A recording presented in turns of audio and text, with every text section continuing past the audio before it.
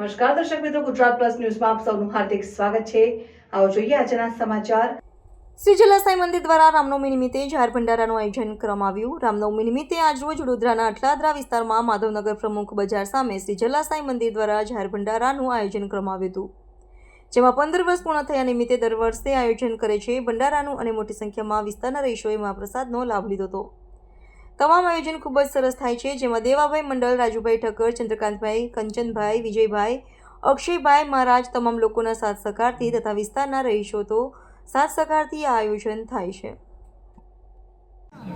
જય શ્રી રામ, જય સાંઈનાથ, જય જલારામ। આ અટલાદરા વિસ્તારમાં આ માધવનગર જે પ્રમુખ બજારની સામે છે ત્યાં જલા સાંઈ મંદિર છે। આ મંદિરમાં સાંઈબાબા અને જલારામ સાથે હનુમાનજી, ગણપતિ દાદા, બાથુજી મહારાજ, ખોડિયાર માતા અને કાલિકા માતાનું મંદિર પણ જોડે બિરાજમાન કરેલા છે। દર વર્ષે અહીં ભંડારો યોજવામાં આવે છે। 2000 લગભગ આ 15મું વર્ષ છે જાહેર ભંડારાનું, અને આ વિસ્તારના જે ભાવિક ભક્તજનો છે આજે રામનવમી નિમિત્તે અહીં સર્વેને એક મહાપ્રસાદીનું આયોજન કરવામાં આવ્યું છે।